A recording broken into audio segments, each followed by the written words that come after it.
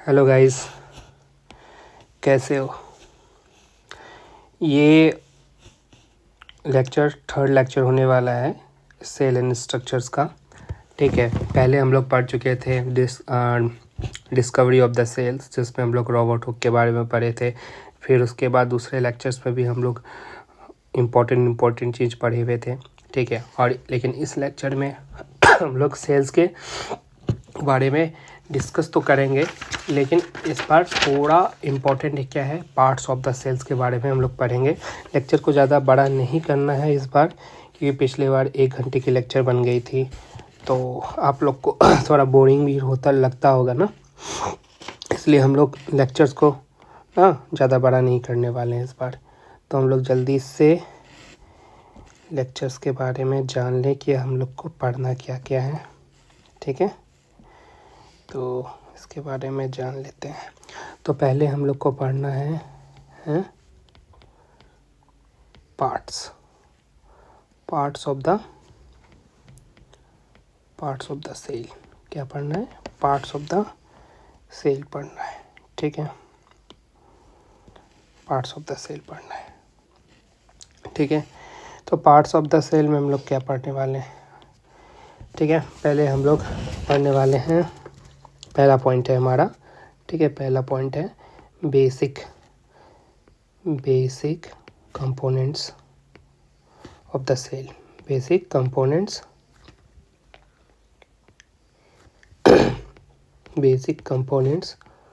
Of the cell. ठीक है, basic components of the cell. तो basic components of the cell में क्या क्या आता है? पहला सॉरी गाइस, थोड़ा गले में खराश है। तो basic components of the cell में क्या आता है? Cell membrane. ठीक है, सेल मेम्ब्रेन। दूसरा साइटोप्लाज्म।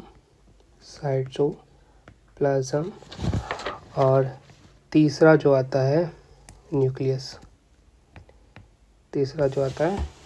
आता है। ठीक है, तो पार्ट्स ऑफ द सेल में क्या है? Basic components of the cell. Basic components of the cell, cell का जो 3 मेन कंपोनेंट्स हैं, वो 3 मेन कंपोनेंट्स का नाम है cell membrane, cytoplasm and nucleus. ठीक है, अब ये कहना है कि साइटोप्लाज्म और न्यूक्लियस क्या है कि तो अगर हम बात करेंगे साइटोप्लाज्म की, ठीक है, किसकी? साइटोप्लाज्म की। Cytoplasm plus nucleus. ये जो साइटोप्लाज्म और न्यूक्लियस हैं, ये दोनों क्या होते हैं? इनक्लोज्ड होते हैं। क्या होते हैं? इनक्लोज्ड होते हैं विथिन द सेल। ठीक है, विथिन द सेल मेम्ब्रेन। ठीक है, तो पहले पार्ट्स ऑफ द सेल्स के बारे में पढ़ लिए। क्या पढ़े? Basic components of the cell. Cell के बेसिक कंपोनेंट्स के बारे में। बेसिक कंपोनेंट्स क्या है? सेल मेम्ब्रेन, साइटोप्लाज्म और न्यूक्लियस। और अगर हम बात करेंगे साइटोप्लाज्म और न्यूक्लियस के बारे में, तो साइटोप्लाज्म और न्यूक्लियस जो है, ये दो जो इम्पॉर्टेंट कंपोनेंट्स हैं, ये क्या है? इनक्लोज्ड कंपोनेंट्स हैं। किसके अंदर? सेल मेम्ब्रेन के अंदर। ठीक है, समझ में आया? और इस सेल मेम्ब्रेन, जो हम सेल मेम्ब्रेन लिखे हैं, जैसे सेल मेम्ब्रेन, ठीक है, सेल मेम्ब्रेन को हम लोग और भी एक नाम से जानते हैं। उसका नाम है क्या? उसका नाम है प्लाज्मा मेम्ब्रेन। क्या नाम है? Plasma membrane. ठीक है, सेल मेम्ब्रेन को एक और नाम से जाना जाता है, उसका नाम है plasma membrane. Cell membrane is also called as a plasma membrane. ठीक है, इतना कुछ हम लोग देखे। अब हम लोग डिफिनेशन देख लेते हैं थोड़ा सेल मेम्ब्रेन का। ठीक है, सेल मेम्ब्रेन को अगर हम लोग अच्छे लैंग्वेज में अगर हम उसको डिस्क्राइब करते हैं, तो हम लोग लिखेंगे cell membrane is a flexible, क्या? फ्लेक्सिबल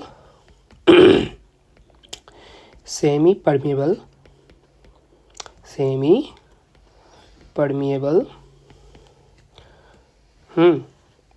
बाउंड्री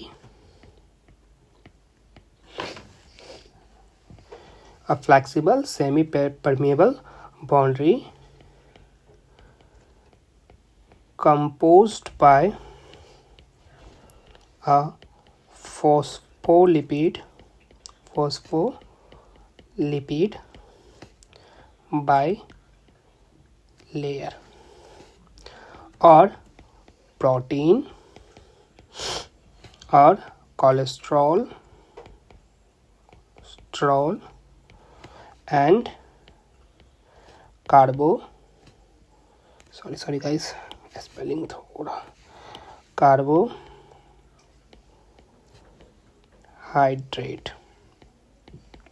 ओके, तो अगर हम सेल मेम्ब्रेन का और प्लाज्मा मेम्ब्रेन का अगर हम लोग डिफिनेशन पढ़ेंगे, ठीक है, थोड़ा एडवांस डिफिनेशन है, तो अगर हम पढ़ेंगे तो क्या है, फ्लेक्सिबल मतलब किसी भी चीज़ को जिसमें फ्लेक्सिबिलिटी हो, ठीक है, जैसे मान लो किसी भी चीज़ को लाइक पेपर, ठीक है, ये पेपर है तो इसको ऐसे किए तो ये फ्लेक्सिबल है ना, फ्लेक्सिबल है। तो फ्लेक्सिबिलिटी सेमी परमेबल मतलब किसी भी चीज़ के किसी भी, मान लो कि ये पेपर है ना, ठीक है, मान लो ये पेपर है, ठीक है, तो ये पेपर के आर पार, ठीक है, कुछ चीज़ें का आना जाना होता है तो उसको सेमी परमेबल कहते हैं, ठीक है। तो semi permeable boundaries compose by the phospholipid bilayer से बना होता है, प्रोटीन से बना होता है, कोलेस्ट्रॉल से बना होता है, कार्बोहाइड्रेट से बना होता है। ये थोड़ा एडवांस डिफिनेशन है। अगर हम बात करेंगे, ठीक है, इसका एक और डिफिनेशन के बारे में, तो हम क्या लिख सकते हैं, हम लिख सकते हैं it is porous structure and allow the movement of substances or material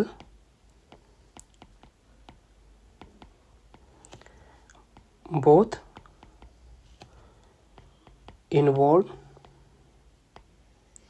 and outward, ठीक है। तो क्या लिख सकते हैं, it is a porous structure and allows the movement of structure और material both inward and outward, ठीक है। तो ये लिख सकते हैं हम लोग।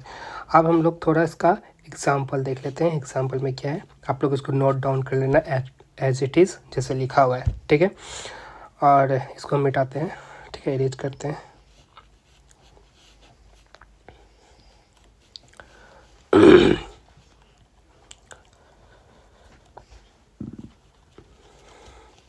तो हमने क्या देखा कि सेल मेम्ब्रेन के बारे में देखा। सेल मेम्ब्रेन को हम लोग प्लाज्मा मेम्ब्रेन भी कहते हैं, ठीक है।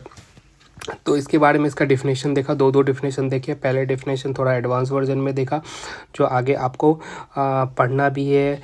प्रोटीन क्या होता है, हाँ, फोस्फोलिपिड क्या होता है, कोलेस्ट्रॉल क्या होता है, ठीक है, कार्बोहाइड्रेट क्या होता है, इसलिए हम थोड़ा सा एडवांस डिफिनेशन आपको दिए। लेकिन दूसरे डिफिनेशन, जो दूसरा डिफिनेशन दिया वो 8th क्लास के बुक के अकॉर्डिंग है कि it is a porous structure and allows the movement of the substances और material both inward and outward direction, ठीक है। एक पोरस स्ट्रक्चर है, मतलब उसमें कुछ पोर्स बने हुए हैं, छिद्र बने हुए हैं, जिससे मटेरियल आर पार जा सकते हैं, ठीक है। अगर उसका एग्जांपल देखेंगे तो एग्जांपल में हम लोग ओनियन देखते हैं, ठीक है, ओनियन, ठीक है, ओनियन देखते हैं। तो ओनियन क्या है ना कि अगर हम देखेंगे तो क्या देखेंगे, बाउंड्रीज, क्या देखेंगे, बाउंड्रीज ऑफ ओनियन सेल देखेंगे, बाउंड्रीज ऑफ ओनियन सेल। जो ओनियन सेल का जो बाउंड्रीज होता है उसको क्या कहते हैं, उसको कहते हैं हम लोग सेल मेम्ब्रेन। क्या कहते हैं, सेल मेम्ब्रेन कहते हैं, ठीक है। बाउंड्रीज ऑफ ओनियन को हम लोग क्या कहते हैं, सेल मेम्ब्रेन कहते हैं। यही सेल मेम्ब्रेन, जो ये सेल मेम्ब्रेन है, ये कवर होता है बाय अनदर थिक कवरिंग, ठीक है। तो सेल मेम्ब्रेन क्या होता है, कवर्ड होता है, it cell membrane covered by another, क्या, अनदर थिक कवरिंग, ठीक है। उसको हम लोग क्या कहते हैं, उसको हम लोग कहते हैं सेल वॉल। क्या कहते हैं, उसको हम लोग कहते हैं सेल वॉल, ठीक है, सेल वॉल कहते हैं। तो बाउंड्रीज पढ़े, बाउंड्री ऑफ द ओनियन, ठीक है, क्या है, सेल मेम्ब्रेन है। Cell membrane is covered by another thick layer, ठीक है, सेल मेम्ब्रेन भी एक अनदर थिक लेयर से कवर्ड होता है, तो उसको हम लोग क्या कह दिए, उसको हम लोग कह दिए सेल वॉल, ठीक है। लेकिन the central dense round body in the centre of the cell membrane, ठीक है, तो उसको क्या कहेंगे हम लोग, न्यूक्लियस कहेंगे। तो उसको हम यहाँ लिख देते हैं, क्या लिखेंगे the central dense round body, जो सेंटर में होता है उसको हम लोग न्यूक्लियस कहते हैं, ठीक है। तो ऐसे लिखेंगे सेंट्रल डेंस राउंड बॉडी इन सेंटर पार्ट, ठीक है, सेंटर पार्ट, उसको हम लोग क्या कहे, उसको हम लोग कह दिए न्यूक्लियस, CLEUS, न्यूक्लियस कह दिए, ठीक है। अब जेली लाइक सब्सटेंसेस प्रेजेंट होता है, जेली लाइक सब्सटेंसेस प्रेजेंट होता है between nucleus and cell membrane, ठीक है।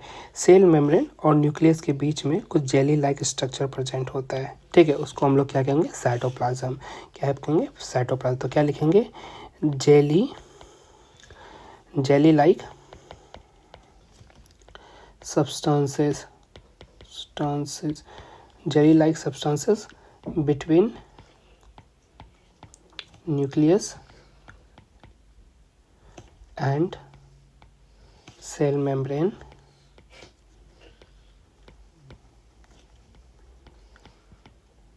is called, क्या कहेंगे, उसको कहेंगे हम लोग साइटोप्लाज्म कहेंगे, उसको क्या कहेंगे हम लोग, साइटोप्लाज्म कहेंगे। समझ में आया। तो अगर हम एग्जांपल लेते हैं ओनियन का, तो ओनियन के जो बाउंड्रीज होते हैं उसको हम लोग सेल मेम्ब्रेन कह दिए, ठीक है, और सेल मेम्ब्रेन कवर्ड होता है एक थिक लाइक स्ट्रक्चर से, उसको हम लोग सेल वॉल कह दिए, ठीक है। और सेंटर में कुछ राउंड डेंस बॉडीज प्रेजेंट होते हैं, ठीक है, सेंटर में, उसको हम लोग न्यूक्लियस कह दिए। न्यूक्लियस, मान लो कि ये सेंटर है, ये न्यूक्लियस, ठीक है, ये सेल मेम्ब्रेन है, ठीक है। तो बीच में जो ये खाली पार्ट बचा, ठीक है, ये जो येलो पार्ट है, ये खाली पार्ट जो बचा, इसको हम लोग क्या कह दिए, इसको हम लोग कह दिए साइटोप्लाज्म कह दिए, ठीक है। अभी आपको फिगर बना के बताएंगे, ठीक है। तो इसको हम लोग क्या कह दिए, साइटोप्लाज्म कह दिए। अगर हम लोग एक स्ट्रक्चर बनाते हैं, चलो एक सेल स्ट्रक्चर बनाते हैं, मान लो ये सेल स्ट्रक्चर है, ठीक है, ये सेल स्ट्रक्चर है, सेल स्ट्रक्चर बनाते हैं, ये सेल स्ट्रक्चर है, इस तरह। थोड़ा सा ड्राइंग अजीब बनेगा, लेकिन आप लोग बना लेना, ठीक है। तो ये सेल स्ट्रक्चर है, ठीक है, ठीक है, ये सेल स्ट्रक्चर है। और ये जो मैंने रेड जो बनाया है, ये न्यूक्लियस है। देखो सारे न्यूक्लियस सेल्स में क्या है, ये क्या है, न्यूक्लियस, और ये क्या है, ये जो वाइट पार्ट है, ये क्या है, साइटोप्लाज्म। इसमें देखो सारे सेल्स में जो मैंने रेड कलर के न्यूक्लियस बना है वो सेंटर में है सेल्स के, और जो वाइट पार्ट है जिसको मैंने ग्रीन कलर से लिखा है, ये वो साइटोप्लाज्म है, ठीक है। तो साइटोप्लाज्म है, समझ में आया। तो मैंने साइटोप्लाज्म की यहाँ डिफिनेशन लिख दिया है, ये साइटोप्लाज्म की मैंने यहाँ डिफिनेशन लिख दिया, क्या है, jelly like substances present between a nucleus and cell membrane, ठीक है, उसको हम लोग साइटोप्लाज्म कहते हैं, ठीक है। इसको आप लोग नोट कर लीजिए, मैं इसको इरेज करने जा रहा हूँ।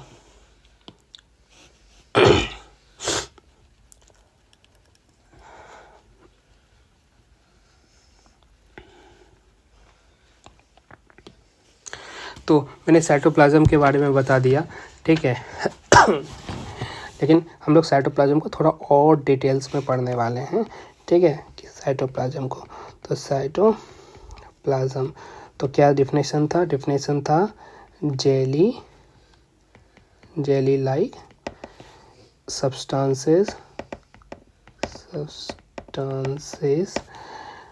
present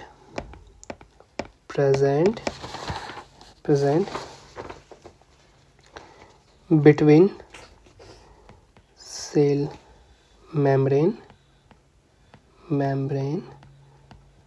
and nucleus।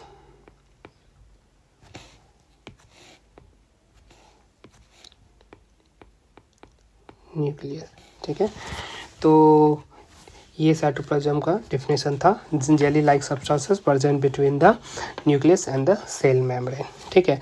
अगर हम लोग क्या करेंगे, पहले हम लोग इसके कंपोनेंट्स के बारे में पढ़ेंगे कि साइटोप्लाज्म में कौन कौन से कंपोनेंट्स होते हैं, ठीक है। किसके बारे में हम लोग पढ़ेंगे?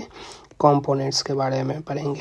कंपोनेंट्स कि साइटोप्लाज्म में कौन कौन से कंपोनेंट्स होते हैं। तो पहला जो होता है वो कौन सा होता है? वो होता है ऑर्गेनेल्स। क्या होता है? ऑर्गेनेल्स होता है। तो ऑर्गेनेल्स में हम लोग क्या क्या पढ़ेंगे, ठीक है। ऑर्गेनेल्स में हम लोग क्या क्या पढ़ेंगे? ऑर्गेनेल्स में हम लोग पढ़ेंगे किसके बारे में? माइटोकॉन्ड्रिया, ठीक है। किसके बारे में? माइटोकॉन्ड्रिया। फिर किसके बारे में पढ़ेंगे? गोल्गी बॉडीज़ होते हैं। ऑर्गेनेल्स में क्या क्या है? माइटोकॉन्ड्रिया हुए, गोल्गी बॉडी हुई, राइबोसोम्स, फिर लाइजोसोम्स, फिर क्या है? ईआर। इसको क्या कहेंगे? इसको कहेंगे एंडोप्लाज्मिक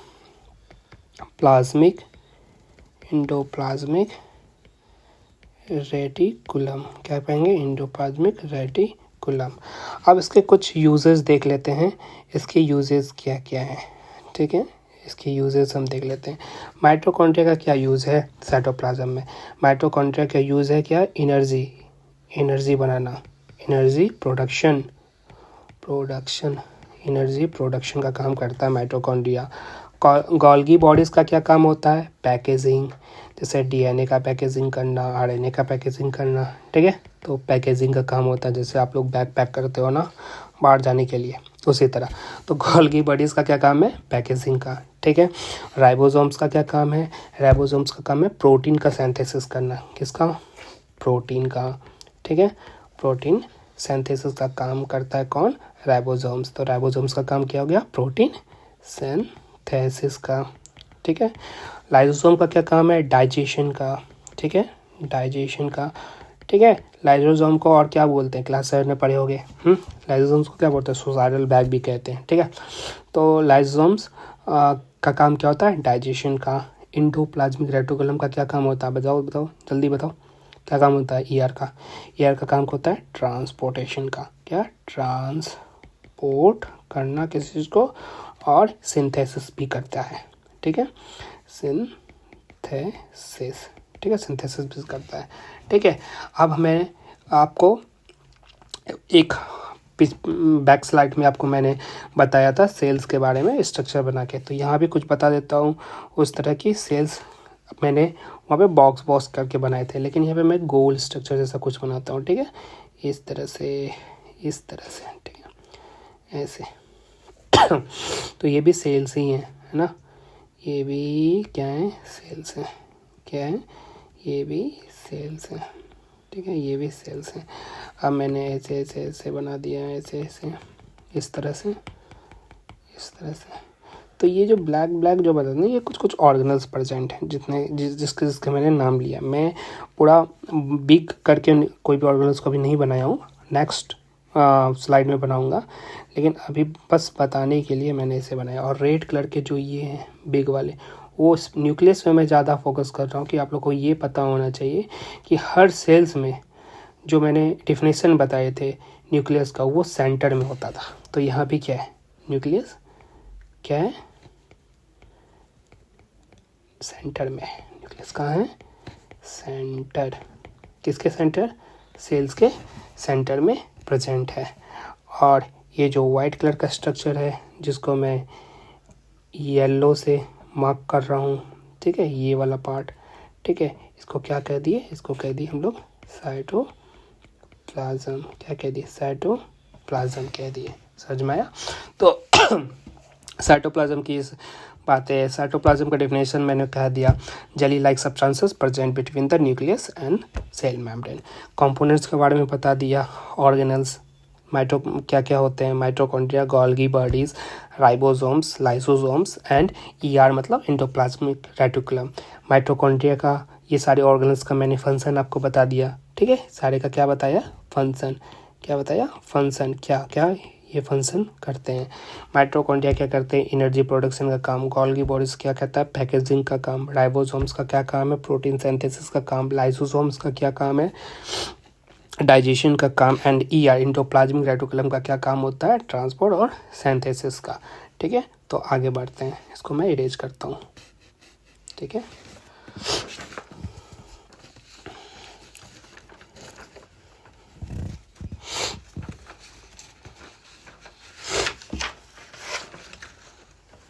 हाँ, अब बात है किसकी, न्यूक्लियस की, ठीक है। अब हम लोग न्यूक्लियस को डिटेल में पढ़ने वाले हैं, किसको, न्यूक्लियस को हम लोग डिटेल में पढ़ने वाले हैं, ठीक है, न्यूक्लियस को।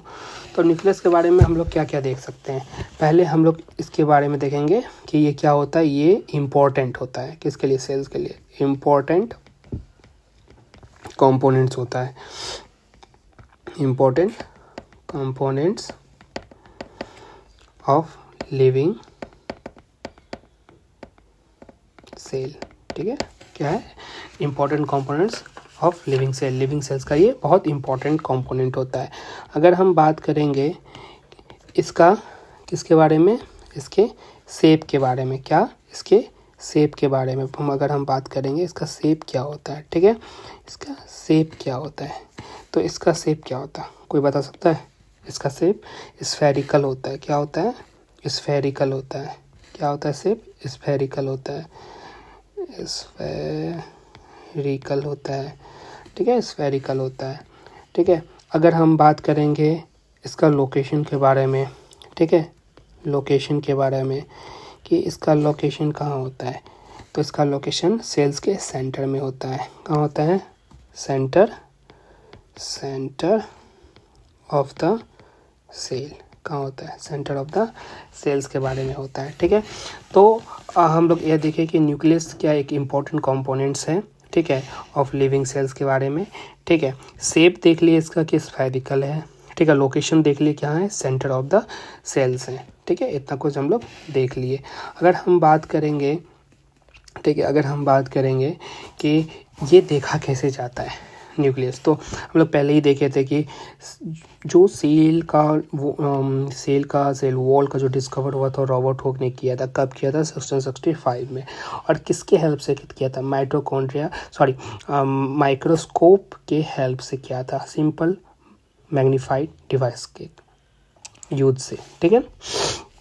तो उसमें हम लोग डाइस के बारे में भी पढ़े थे, कुछ डाइस, ठीक है, डाइस लगा के तो स्टेन करते थे। तो हम लोग न्यूक्लियस को कैसे देखेंगे, ठीक है, तो हम लोग इसको इस तरह से देखेंगे कि इट कैन बी स्टेन्ड, ठीक है, it can be stained and seen by the help of microscope, किसके हेल्प से, माइक्रोस्कोप के हेल्प से हम लोग देख सकते हैं, ठीक है। अगर आप बताएंगे न्यूक्लियस के बारे में, तो न्यूक्लियस क्या होता है कि अगर हम न्यूक्लियस को बोलेंगे तो न्यूक्लियस सेपरेटेड होता है, ठीक है, किससे सेपरेट होता है, न्यूक्लियर मेम्ब्रेन से सेपरेटेड होता है, ठीक है। तो nucleus is separated by nuclear membrane, ठीक है, फ्रॉम किससे, साइटोप्लाज्म से, ठीक है, साइटोप्लाज्म से जो सेपरेट होता है न्यूक्लियस किसके कारण, न्यूक्लियर मेम्ब्रेन के कारण। तो हम लोग इसको ऐसे लिख सकते हैं, एरो देखे, न्यूक्लियस सेपरेटेड होता है, सेपरेटेड बाय किसके द्वारा, न्यूक्लियर मेम्ब्रेन के द्वारा, किसके द्वारा, न्यूक्लियर मेम्ब्रेन के द्वारा, nucleus is separated by nuclear membrane from cytoplasm, किससे, साइटोप्लाज्म से, ठीक है, फ्रॉम साइटोप्लाज्म। ये बात हुई। अब हम लोग न्यूक्लियस का जो स्ट्रक्चर को हम लोग स्टडी करने वाले हैं। थोड़ा सा इसमें समय लगेगा लेकिन हम आपको बताते हैं, ठीक है। न्यूक्लियस का स्ट्रक्चर इतना लिख लिया आप लोग, थोड़ा मुझे स्पेसिफिक चाहिए तो इसको हम इरेज करेंगे, ठीक है। इतना लिख लिए तो इसको हम इरेज करने जा रहे हैं, ठीक है। इसको हम इरेज करने जा रहा हूँ।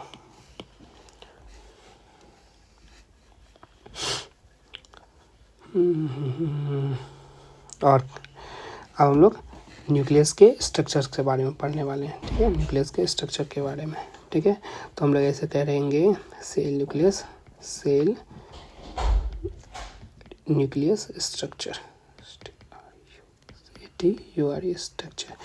तो हम लोग पहले स्ट्रक्चर बना लेते हैं, ठीक है, इस तरह से ब्लैक थोड़ा सा स्ट्रक्चर में ये होगा। तो ड्राइंग हमारी थोड़ी ख़राब है बट लेकिन तब भी मैं आप लोगों के लिए थोड़ा सा कोशिश करता हूँ।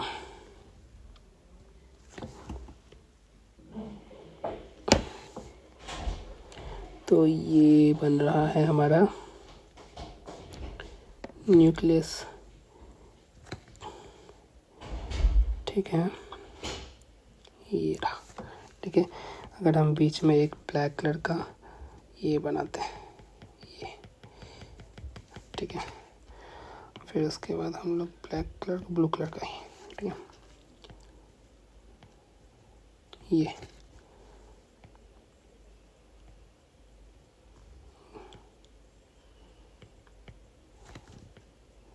ठीक है, ये बनाए, ठीक है। चलो, और एक चीज़ और बनाना भूल गए, इस तरह से कुछ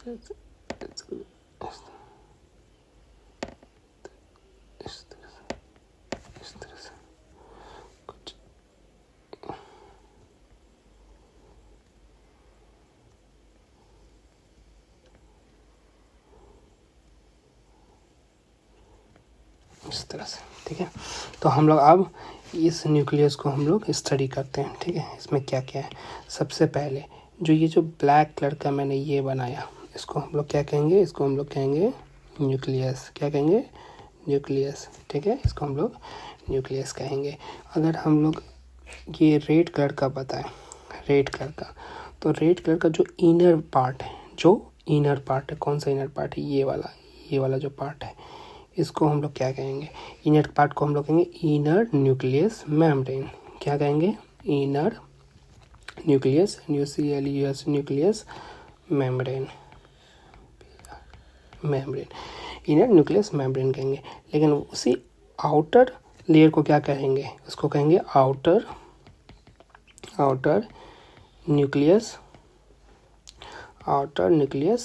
मेम्ब्रेन कहेंगे, क्या कहेंगे, आउटर न्यूक्लियस मेम्ब्रेन कहेंगे। और जो ये ब्लू वाला स्ट्रक्चर था अंदर, मतलब एकदम धागो थ्रेड लाइक स्ट्रक्चर है, उलझा सा, ठीक है, आप लोगों की तरह।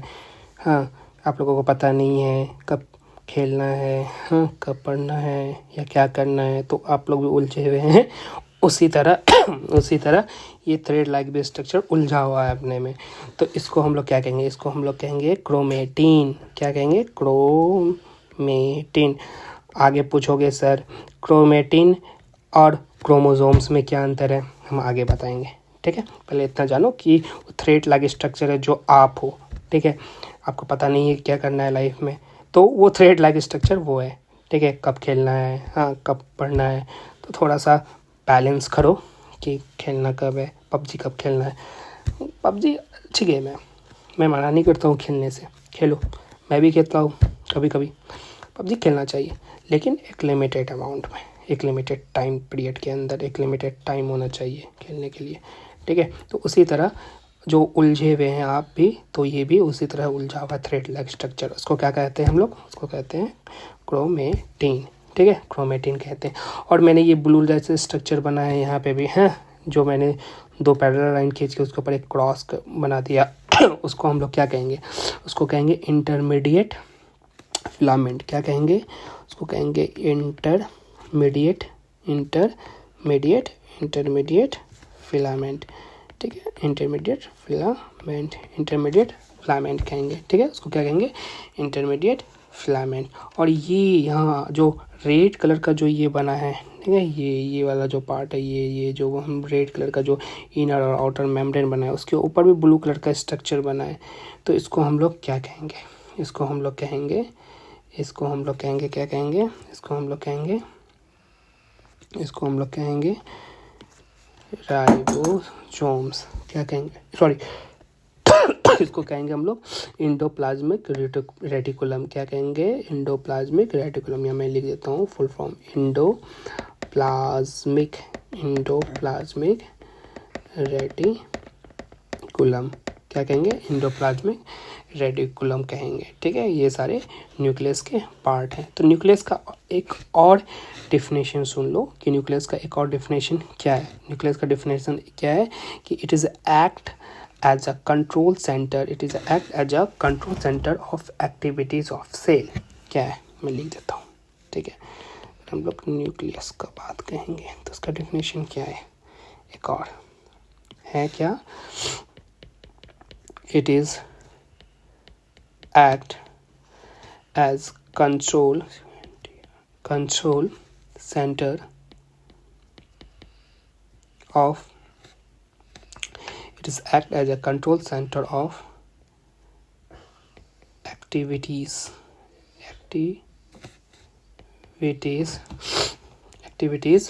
of cell। क्या है, activities of cell। तो न्यूक्लियस का क्या है, न्यूक्लियस का डेफिनेशन क्या बताए, it is act as a control centre of activities of cell, ठीक है।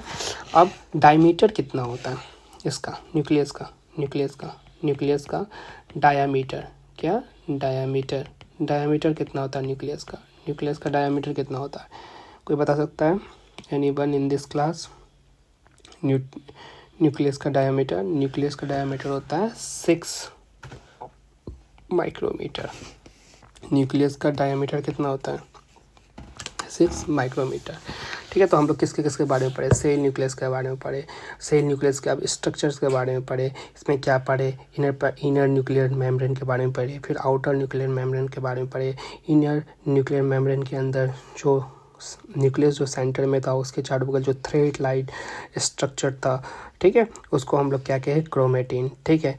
क्रोमेटिन क्रोमोसोम्स नहीं है, ठीक है, पहले तो ये हम लोग ध्यान में रखते हैं, क्रोमोसोम्स अलग चीज़ होते हैं, मैं बताऊंगा आगे, थोड़ा सा फ़र्क है लेकिन बताऊंगा, ठीक है। क्रोमेटिन है वो, ठीक है। फिर उसके बाद मैंने देखा ब्लैक लाइक स्ट्रक्चर मिडिल में जो उसको न्यूक्लियस कहे, ठीक है। ब्लू लाइक स्ट्रक्चर जो पैरेलल, जो मैंने क्या किया कि दो जो लाइन का ड्रॉ करके उसके बीच में एक लाइन कट किया था, उसको हम मैंने इंटरमीडिएट फिलामेंट का, ठीक है। फिर उसके बाद मैंने आउटर न्यूक्लियर मेम्ब्रेन के बाद जो स्ट्रक्चर्स बनाए उसको हम लोग कहे ER, इंडोप्लाज्मिक रेटिकुलम, ठीक है। ये सारे स्ट्रक्चर्स के बारे में मैंने आपको बताया, एज इट इज़ आपको उसको याद करना है, आगे आपको नीट के फाउंडेशन में ये सब काम देगा, ठीक है। और डायमीटर ऑफ न्यूक्लियस क्या है, डायमीटर ऑफ न्यूक्लियस 6 माइक्रोमीटर है, ठीक है। अब हम लोग आगे बढ़ते हैं, इसको मैं इरेज करने जा रहा हूँ।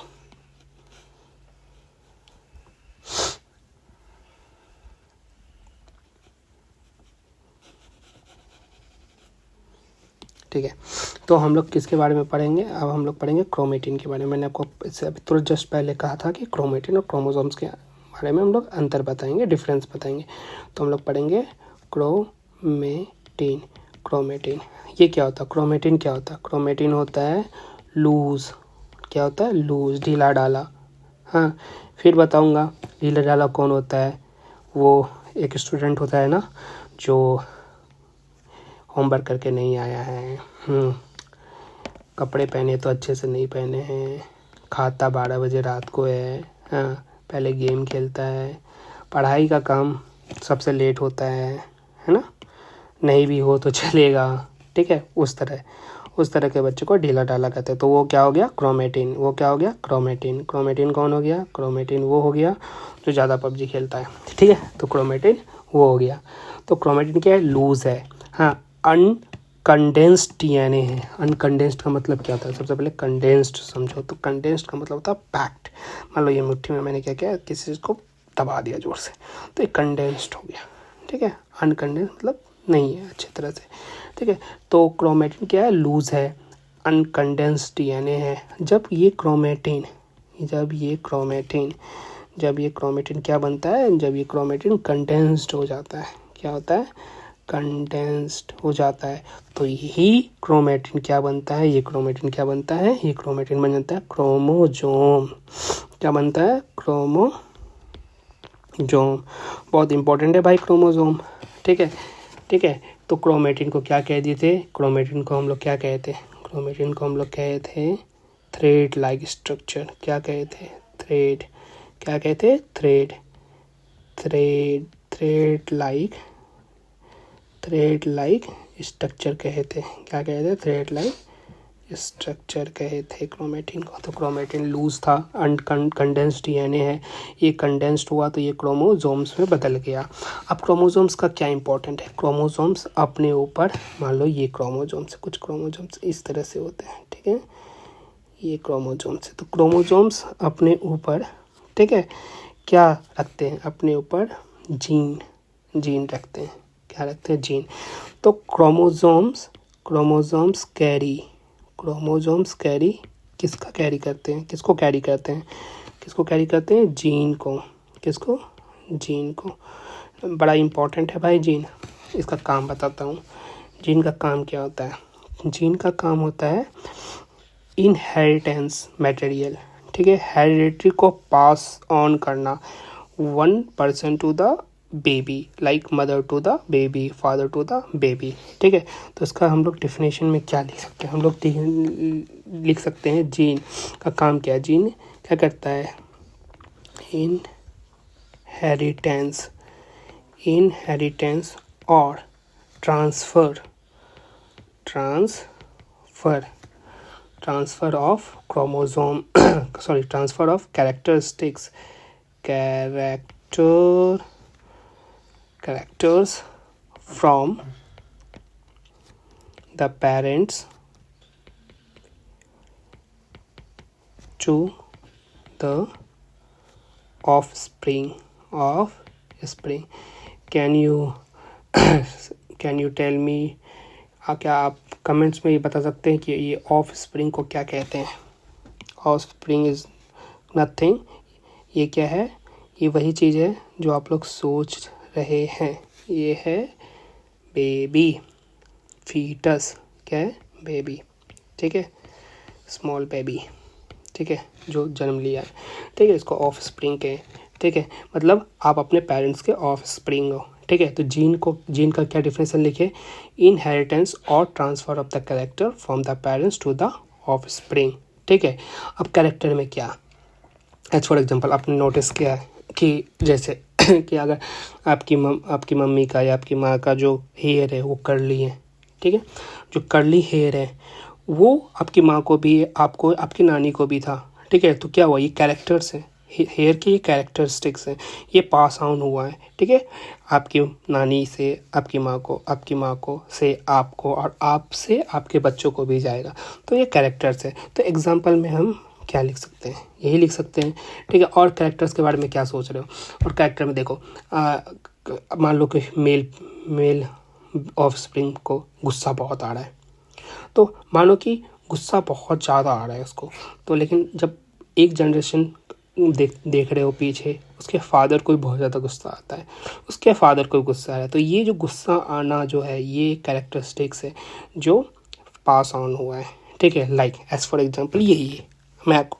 और एग्जांपल दिखाता हूँ कि किसी भी चीज़ का जैसे पास ऑन होना, ठीक है, कैरेक्टर्स का पास ऑन होना, उसको हम लोग क्या कहते हैं, इनहेरिटेंस कैरेक्टरिस्टिक्स। लाइक वो हेरिडिटरी मटेरियल क्या हुआ है, ट्रांसफ़र हुआ है from parents two of spring में। ठीक है, एग्जाम्पल में यही लिख लो मदर वाला। ठीक है, मदर एक मिनट यार,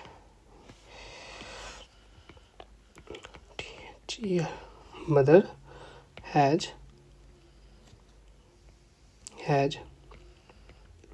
curly hair। तो किस, जब मदर को कर्ली हेयर है, मतलब मदर को कर्ली हेयर है, तो उस मदर से पास ऑन हुआ है किसको, बेबी को। तो ऐसे लिख सकते हैं, बेबी विल ऑल्सो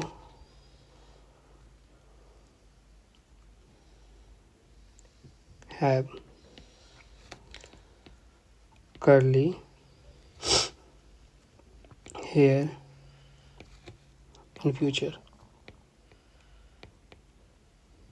ठीक है, ये एग्जांपल है। ठीक है, मैं इसको, इस चीज़ को अच्छे से समझ गए, क्रोमोसोम्स क्या होता है, क्रोमेटिन क्या होता है। बहुत सारे स्टूडेंट क्रोमेटिन और क्रोमोसोम्स में डिफरेंस करना नहीं जानते हैं, एक ही चीज़ बता देते हैं। नहीं, अगर कोई तुम्हें क्रोमेटिन पूछेगा तो it is a thread like structure, loose structure and uncondensed DNA होता है इसमें। ठीक है, जब क्रोमेटिन ही कंडेंस्ड फॉर्म में आता है तो उसको हम लोग क्रोमोसोम्स कहते हैं। क्रोमोसोम्स के ऊपर जीन प्रेजेंट होते हैं। ठीक है, नॉट जीन, वो वाले जीन नहीं, भूत प्रेत जीन, ये वाले जीन नहीं, gene, GENE gene. Chromosomes carry करते हैं जीन को। जीन का काम क्या होता है, ठीक है, जीन का काम होता है इनहेरिटरी, मतलब इनहेरिटेंस करना और ट्रांसफ़र ऑफ द कैरेक्टर्स का ट्रांसफ़र करना, किससे, पेरेंट्स से ऑफ स्प्रिंग में। मैंने एग्जांपल्स आपको बता दिया है। ठीक है, तो इसको मैं इरेज करने जा रहा हूँ। ठीक है, अब हम लोग पढ़ेंगे किसके बारे में, प्रोटोजोम्स के बारे में, कि प्रोटोजोम्स क्या होता है। ठीक है, किसके बारे में पढ़ेंगे, प्रोटोजोम्स के बारे में पढ़ेंगे। तो अब प्रोटोजोम्स, ठीक है, प्रोटोजोम्स अब हम लोग किसके बारे में पढ़ेंगे, नॉट प्रोटोजोम्स के बारे में नहीं पढ़ने वाले हैं हम लोग, सॉरी, हम लोग पढ़ने वाले हैं किसके बारे में, एक हम लोग पढ़े थे किसके बारे में, साइटोप्लाज्म के बारे में पढ़े थे। ठीक है, अब पढ़ेंगे हम लोग प्रोटोप्लाज्म के बारे में। ठीक है, प्रोटोप्लाज्म। ठीक है, अब मुझे कोई बताएगा कि प्रोटोप्लाज्म क्या होता है। ठीक है, प्रोटोप्लाज्म क्या होता है, प्रोटोप्लाज्म क्या होता है, प्रोटोप्लाज्म होता है साइटोप्लाज्म प्लस न्यूक्लियस। इसको एक साथ अगर बोलेंगे साइटोप्लाज्म और न्यूक्लियस को, तो उसी को हम लोग क्या कहेंगे, प्रोटोप्लाज्म। ये प्रोटोप्लाज्म होता क्या है, ये होता है living substances of cells, living substances of cell होता है। ठीक है, अब हम लोग एक और चीज़ का डिफिनेशन पढ़ेंगे। क्या है डिफिनेशन किसका, प्रोकैरियोट्स के बारे में। दो चीज़ होते हैं, एक प्रोकैरियोट्स होते हैं, एक यूकैरियोट्स होते हैं, है ना। तो प्रोकैरियोट्स पहले जानते हैं कि प्रोकैरियोट्स होता क्या है। प्रोकैरियोट्स क्या होता है, प्रोकैरियोट्स क्या होता है कि cell having a nucleus material, cell having nuclear material without nuclear membrane. ठीक है, क्या होता है कि न्यूक्लियस के अंदर जो न्यूक्लियर मटेरियल होता है उसमें कोई न्यूक्लियर मेम्ब्रेन नहीं होता है न्यूक्लियर मटेरियल में। लेकिन अगर हम उसी के बारे में पढ़ेंगे, एग्जांपल इसका क्या हो गया, इसका एग्जांपल हो जाएगा बैक्टीरिया और ब्लू ग्रीन अलगी। ठीक है, अगर हम लोग यूकैरियोट के बारे में पढ़ेंगे तो यूकैरियोट का क्या definition, having a well organised nucleus. Eukaryote के पास न्यूक्लियस जो होता है वो वेल ऑर्गेनाइज्ड होता है and also have a nuclear membrane. Bacteria और ब्लू ग्रीन अलगी को छोड़ के जितने भी चीज़ें हैं, ठीक है, वो उसमें क्या है, वो क्या है, यूकैरियोट्स हैं। ठीक है, तो हम प्रोकैरियोट्स के बारे में पढ़ते हैं। पहले लिखते हैं प्रोकैरियोटिक सेल के बारे में, प्रोकैरियोटिक सेल्स के बारे में। तो प्रोकैरियोटिक सेल के बारे में क्या लिखना है, प्रोकैरियोटिक सेल के बारे में लिखना क्या है, cell having nuclear material without nuclear membrane, ठीक है, मेम्ब्रेन। अगर हम प्रोकैरियोट के बारे में अगर हम उसको तोड़ के देखें, ठीक है, प्रो और कैरियोट, ठीक है, तो प्रो मतलब क्या होता है, प्रो मतलब होता है प्रिमिटिव, क्या होता है, प्रिमिटिव। अगर हम लोग बात करेंगे किसके बारे में, कैरियोट के बारे में, तो न्यूक्लियस, क्या है, इसको हम कहेंगे न्यूक्लियस, प्रिमिटिव न्यूक्लियस। क्या हो गया, क्या बोल दिए, प्रिमिटिव न्यूक्लियस, ठीक है, प्रिमिटिव न्यूक्लियस। अगर हम बात करेंगे किसके बारे में, और इसका एग्जाम्पल क्या हो गया, मोस्ट इम्पॉर्टेंट एग्जाम्पल हो गया बैक्टीरिया,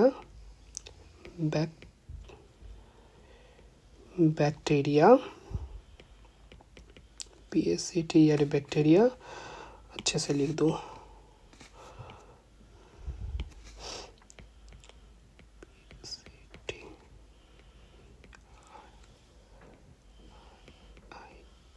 बैक्टीरिया एंड ब्लू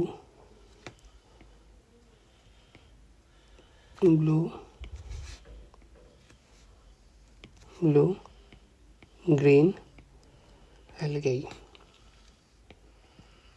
ठीक है, ये एग्जाम्पल है। अगर हम बात करेंगे किसके बारे में, अगर हम बात करेंगे यूकैरियोट के बारे में, किसके बारे में, यूकैरियोट के बारे में, यूकैरियोटिक सेल भी बोल सकते हैं इसको, लेकिन यूकैरियोट बोल दिए, यूकैरियोट के बारे में। तो इसमें क्या है, इसमें हम क्या बताए थे कि having a well organised nucleus with nuclear membrane, ये बताए थे, ठीक है। तो हम इसको ऐसे लिख सकते हैं, having a well organized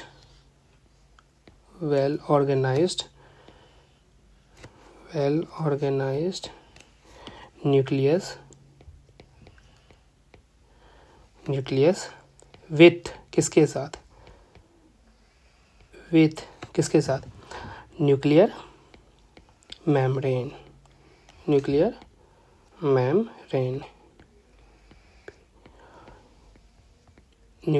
membrane के साथ, ठीक है।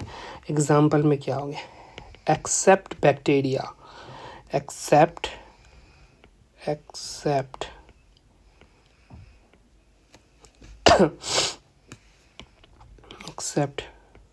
बैक्टीरिया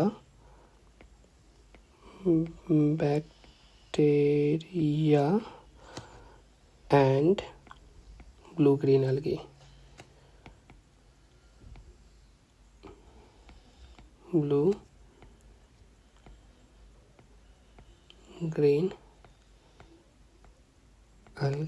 ठीक है, ब्लू ग्रीन algae। तो except bacteria and blue green की जितने भी चीज़ें हैं वो सब यूकैरियोट्स में आते हैं, ठीक है। तो ये सारी चीज़ें हैं। तो प्रोटोप्लाज्म्स के बारे में पढ़ लिए, प्रोकैरियोटिक सेल्स के बारे में पढ़ लिए, यूकैरियोटिक सेल्स के बारे में पढ़ लिए। अब आगे पढ़ना है, तो अब आगे पढ़ने के लिए हम इसको इरेज करने जा रहे हैं, ठीक है, इरेज करने जा रहे हैं।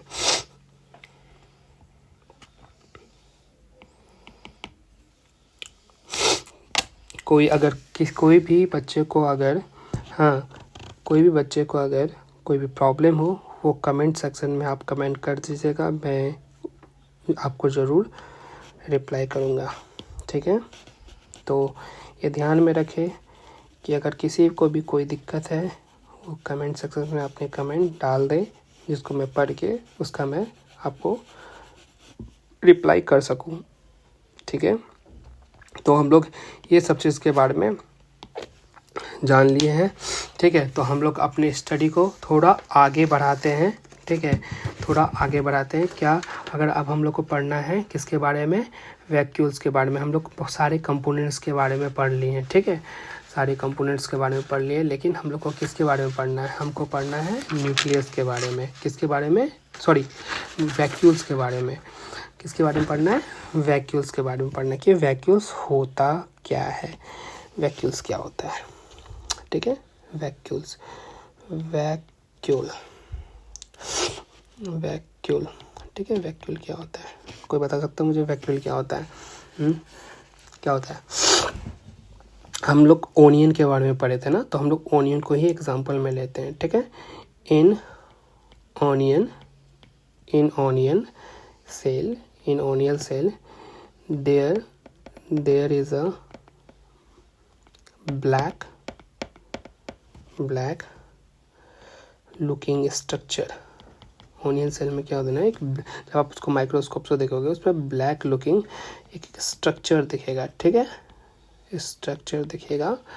ठीक है, इन साइटोप्लाज्म। कहाँ पे? साइटोप्लाज्म में। तो उसी को हम लोग क्या कहेंगे? उसी को हम लोग कहेंगे वैक्यूल्स। क्या कहेंगे उसको? वैक्यूल्स। इन ओनियन में एग्जांपल लिए ओनियन का, तो ओनियन सेल में जब ओनियन सेल को जब हम लोग माइक्रोस्कोप में देखेंगे, कहाँ पे? साइटोप्लाज्म में, तो उसमें एक ब्लैक लुकिंग स्ट्रक्चर दिखेगा, ब्लैक कलर का स्ट्रक्चर दिखेगा, तो उसी को हम लोग वैक्यूल्स कहते हैं। ठीक है, तो वैक्यूल्स किस में प्रेजेंट है? कोई बता सकता है? वैक्यूल्स दोनों चीज़ में प्रेजेंट होंगे। किस में? प्लांट में भी प्रेजेंट होंगे एंड एनिमल में भी। एनिमल में भी, प्लांट्स एंड एनिमल में प्रेजेंट होंगे। क्या होंगे? प्रेजेंट होंगे। ठीक है, दोनों में प्रेजेंट होंगे। लेकिन बात क्या है ना कि वैक्यूल्स के साइज में थोड़ा डिफरेंस आ जाएगा।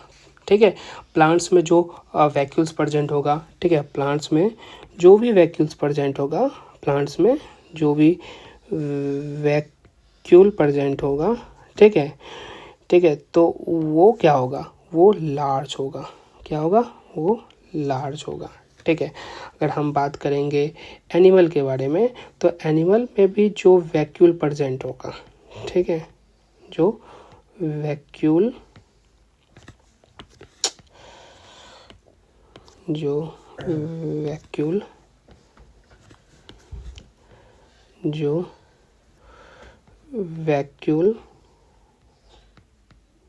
प्रेजेंट होगा, वो क्या होगा? लार्ज होगा? नहीं भाई, यहाँ क्या होगा? यहाँ थोड़ा उल्टा होगा। यहाँ ये क्या होगा? ये स्मॉल होगा। ये क्या होगा? ये स्मॉल होगा। तो प्लांट में वैक्यूल लार्ज होंगे और वैक्यूल एनिमल में जो होंगे वो स्मॉल होंगे। अब वैक्यूल का यूज़ पढ़ते हैं। ठीक है, वैक्यूल का क्या यूज़ है? Use of vacuoles. क्या यूज़ है? किसका? वैक्यूल का क्या यूज है? तो वैक्यूल का क्या यूज है मैं आपको यहाँ पे लिख देता हूँ। वैक्यूल का पहला यूज स्टोरेज। क्या? स्टोरेज का काम। क्या स्टोर करेगा? कोई बता सकता है? क्या स्टोर करने वाला है ये? ये स्टोर करने वाला है वाटर। स्टोर करेगा वाटर। दूसरा चीज़ स्टोर करेगा ये न्यूट्रिएंट्स। तीसरा चीज़ ये स्टोर करेगा आयंस। ठीक है, इसी तरह से बहुत सारी चीज़ें ये स्टोर करेगा। ठीक है, तो उसको मैं यहाँ लिख देता हूँ। पहले वाटर, ठीक है, H2O।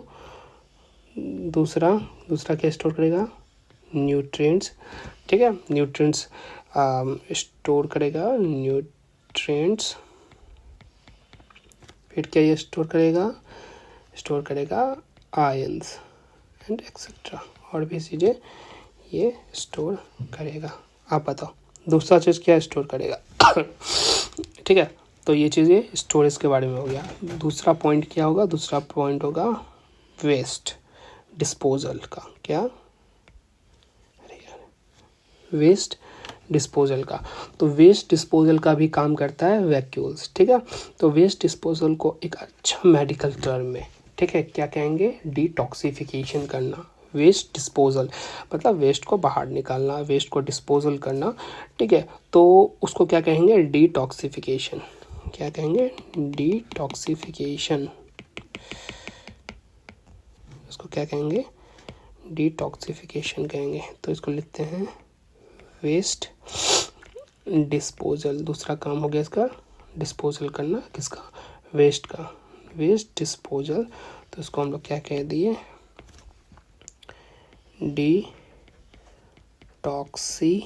डिटॉक्सिफिकेशन, ठीक है।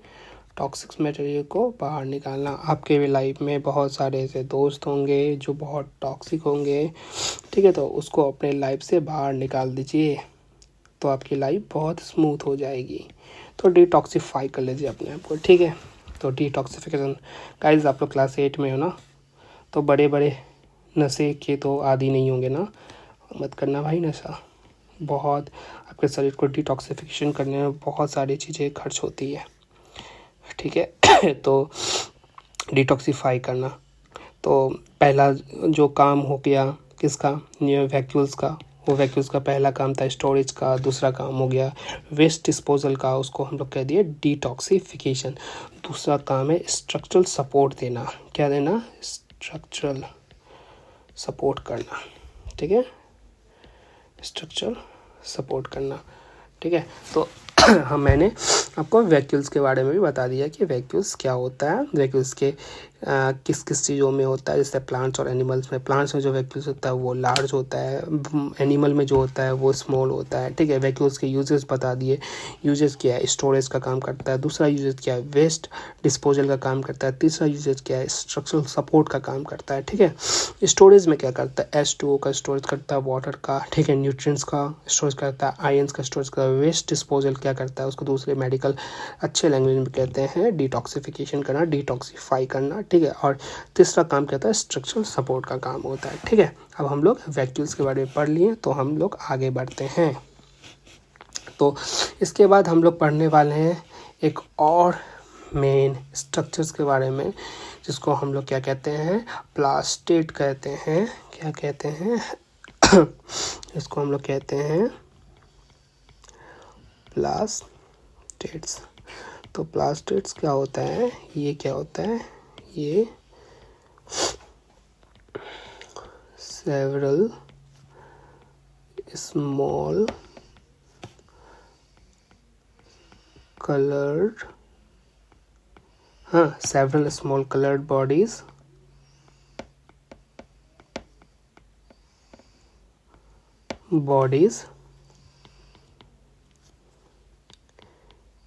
in the cytoplasm,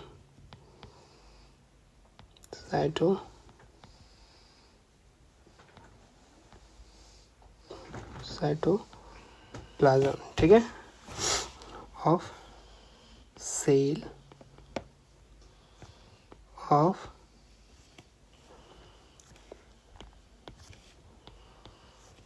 किसके, ट्रेडेस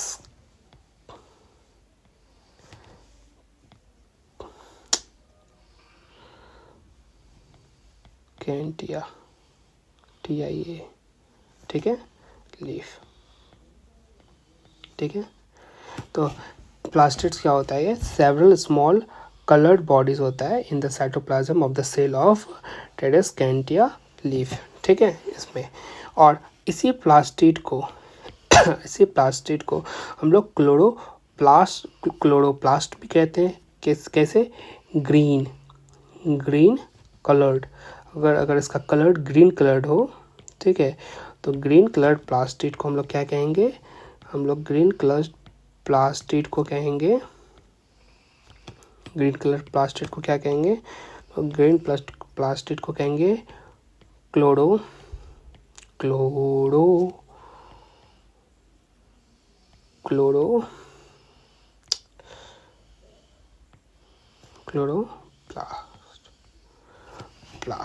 क्या कहेंगे, क्लोरोप्लास्ट कहेंगे। तो प्लास्टर के बारे में देख लिए, प्लास्टर क्या होता है। उसके बाद हम लोग आगे बढ़ रहे हैं, ठीक है। तो अब हम लोग एक लास्ट टॉपिक जो बच गया है, वो बचा है कंपैरिजन। क्या बच गया है, कंपैरिजन के बारे में करना है, कि कंपैरिजन करना है प्लांट के बारे से और प्लांट सेल को लेके एनिमल सेल को लेके, ठीक है, हम लोग को कंपैरिजन करना है। तो सबसे पहले कंपैरिजन में क्या कहेंगे, फीचर्स, क्या क्या फीचर्स हो सकता है, cell wall, cell shape, cell membrane, vacuoles, ठीक है, सेंट्रियोल्स, लाइसोसोम्स, प्लास्टिड्स और स्टोरेज। ठीक है, जितने चीज़ के बारे में पीछे दो लेक्चर से पढ़ते हुए आ रहे हैं वो सारे चीज़ को कंपेयर करना है प्लांट से और किससे, एनिमल से। तो हम पहले प्लांट सेल्स बनाते हैं। ठीक है, प्लांट सेल्स में तो ये हम प्लांट सेल्स बनाने जा रहे हैं। ठीक है, ठीक है।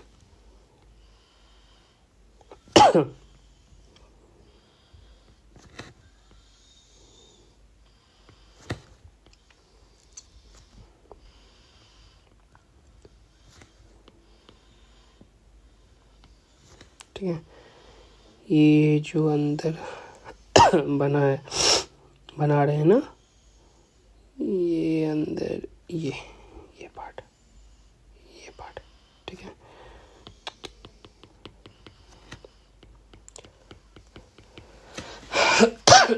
सॉरी, तो ये पार्ट जो है,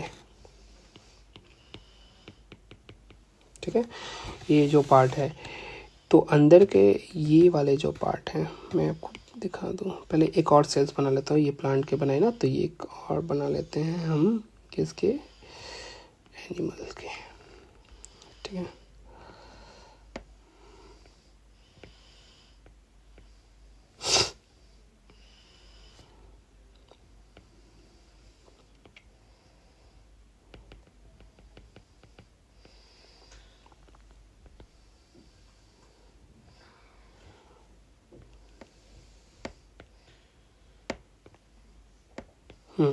ठीक है। तो हम लोग अब कंपेयर करेंगे। ठीक है, पहले हम लोग कंपेयर करते हैं किसको लेके, सेल मेम्ब्रेन। तो देखो सेल मेम्ब्रेन, ठीक है, अंदर देखो दो सेल मेम्ब्रेन थे इसमें ठीक है, तो दोनों में हम क्या लिखे, हम लोग देखे सेल मेम्ब्रेन तो है। ठीक है, सेल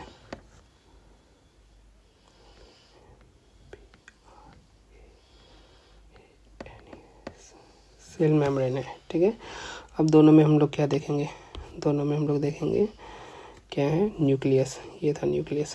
ठीक है, यहाँ ये न्यूक्लियस है। ठीक है, लोग देखें,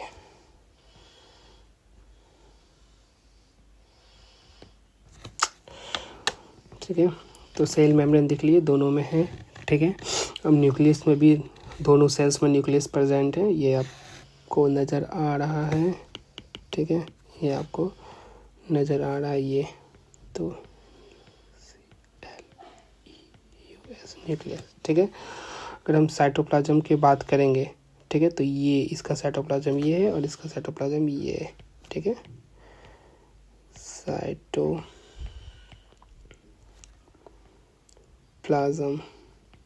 ठीक है, साइटोप्लाज्म, ये रहा इसका वैक्यूल, ये वैक्यूल। ठीक है, VACUOLE, वैक्यूल, और इसका वैक्यूल ये रहा,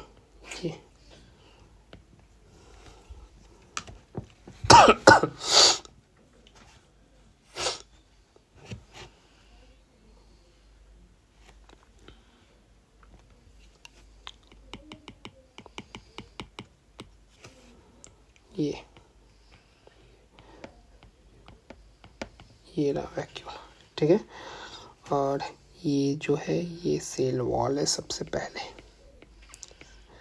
सेल वॉल। ठीक है, तो हम लोग एक वो बना लेते हैं, फीचर्स बना लेते हैं, फीचर्स का टेबल बना लेते हैं। ठीक है, तो हम लोग यहाँ ऐसे लिख देंगे, फीचर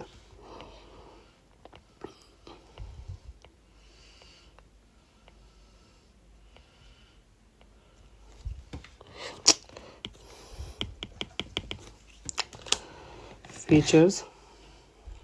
ठीक है, फिर उसके बाद हम लोग बनाएंगे प्लांट सेल्स के बारे में लिख लेंगे। ठीक है,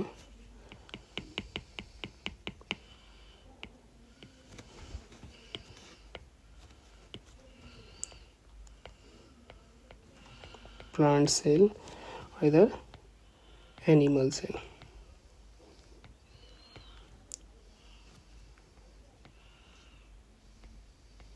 ठीक है। तो फीचर में हम लोग पहले क्या लिखेंगे, सेल वॉल, ठीक है, अरे यार, सेल वॉल।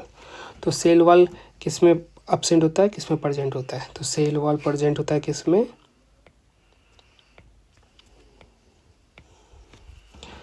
प्लांट्स में, और एब्सेंट किस में होता है, एनिमल्स में, ठीक है। तो सेल वॉल किस में प्रेजेंट होता है, सेल वॉल प्रेजेंट होता है प्लांट्स में और एब्सेंट होता है एनिमल्स में, ठीक है। अगर हम सेल शेप के बारे में बात करेंगे, सेल शेप, तो एनिमल में जो होता है वो इर्रेगुलर होता है, इर्रेगुलर होता है और राउंड होता है। और अगर प्लांट्स के बारे में बात करेंगे तो उसमें फिक्स्ड और रेक्टेंगुलर शेप का होता है, ठीक है। तो हम लिख लेते हैं एनिमल्स में क्या होता है, एनिमल्स में होता है, क्या होता है, इर्रेगुलर, ठीक है, इर्रेगुलर और राउंड, ROUND, राउंड। और अगर हम प्लांट्स के बारे में बात करेंगे तो उसमें होता है फिक्स्ड और rectangular, REC, rectangular,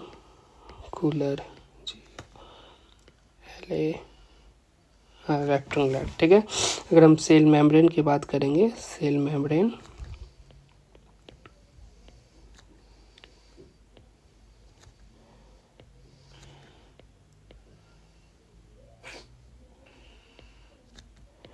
cell membrane के बारे में बात करेंगे तो एनिमल्स में जो सेल मेम्ब्रेन होता है, ठीक है, वो प्रेजेंट होता है एनिमल में।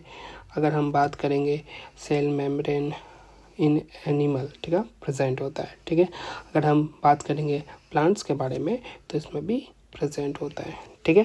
अगर हम वैक्यूल्स के बारे में बात करेंगे, ठीक है, दोनों में प्रेजेंट होते हैं, लेकिन एक में बड़ा और एक में छोटा होता है, और एक में एक वैक्यूल्स होते हैं, एक में मेनी होते हैं, ठीक है। तो अगर हम वैक्यूल के बारे में बात करेंगे, वैक्यूल, तो आपको ऊपर दिख रहा है ये वैक्यूल था, तो प्लांट में क्या था, वन वैक्यूल प्रेजेंट है, और क्या, लार्ज वैक्यूल प्रेजेंट है, एक ही वैक्यूल प्रेजेंट है लेकिन लार्ज वैक्यूल प्रेजेंट है। अगर हम बात करेंगे इस एनिमल सेल का तो उसमें छोटे साइटोप्लाज्म में बहुत सारे वैक्यूल्स थे, ठीक है। तो प्लांट में वन था और लार्ज था, ठीक है। और एनिमल में क्या था, मेनी और स्मॉल, ठीक है। अगर हम सेंट्रियोल्स के बारे में पहले लाइसोसोम्स के लिख देते हैं, ठीक है। लाइसोसोम्स के बारे में बात करेंगे, ठीक है, लाइसोसोम के बारे में बात करेंगे। एक में प्लांट में जो होता है वो रेयर होता है और एब्सेंट, ठीक है, मेनली एब्सेंट होता है, ठीक है, ठीक है। अगर हम किस में लिखे, सॉरी हम गलत लिख दिए, ठीक है, ये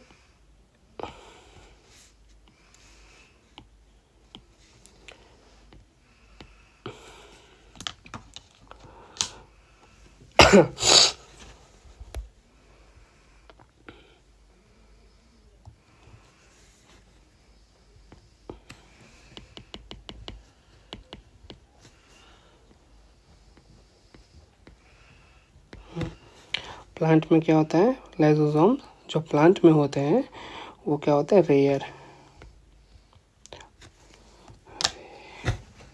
थोड़ा पेंसिल का प्रॉब्लम है, ठीक है, पता नहीं वर्क करना छोड़ दिया है अच्छी तरह से, ठीक है।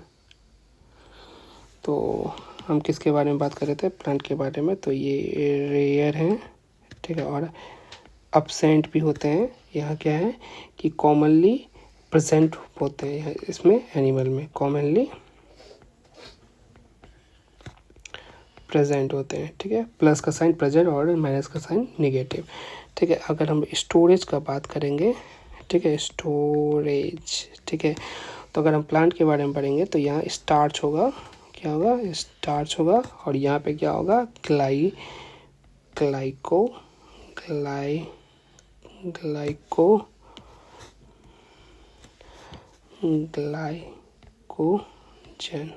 ठीक है, ग्लाइकोजन होगा, ठीक है। और प्लास्टिड किस में होंगे, प्लास्टिड आप लिख लो, ठीक है। प्लास्टिड जो होगा वो प्लांट्स में क्या होगा, प्लांट्स में प्लास्टिड, प्लांट्स के बारे में बात कर रहे हैं, प्रेजेंट होगा, और एनिमल्स में क्या होगा, एब्सेंट होगा, ठीक है। फिर से सुन लो, प्लास्टिड जो होगा प्लांट में प्रेजेंट होगा और एनिमल में एब्सेंट होगा। तो ये सारा जो स्ट्रक्चर्स था मैंने आपको बता दिया, ठीक है। और ये जो मैंने फीचर्स बताए कि ये सेल वॉल का जो फीचर्स है प्लांट का और एनिमल का, तो दोनों के बारे में मैंने कह दिया। सेल वॉल जो है वो प्लांट्स में प्रेजेंट होगा, एनिमल में एब्सेंट होगा। शेप जो होगा, ठीक है, वो प्लांट्स का जो होगा वो फिक्स्ड और रेक्टेंगुलर होगा और एनिमल्स का इरेगुलर और राउंड होगा। सेल मेम्ब्रेन क्या होगा, प्लांट्स में प्रेजेंट होंगे और एनिमल्स में भी प्रेजेंट होंगे। वैक्यूल जो होगा वो प्लांट्स में एक होगा, जो आपका फिगर में भी दिख रहा है और बड़ा है, और वैक्यूल जो एनिमल का है, ठीक है, एनिमल सेल्स का, वो क्या है, मैनी, बहुत सारे प्रेजेंट हैं साइटोप्लाज्म में और छोटे छोटे हैं, स्मॉल हैं, ठीक है। लाइसोसोम रेयर है प्लांट्स में, ठीक है, और एब्सेंट होता है, लेकिन अगर हम बताएंगे सेल्स के बारे में, एनिमल सेल्स के बारे में, कॉमनली प्रेजेंट होते हैं, ठीक है। स्टोरेज में प्लांट में क्या स्टोरेज होगा, वो होगा स्टार्च, ठीक है।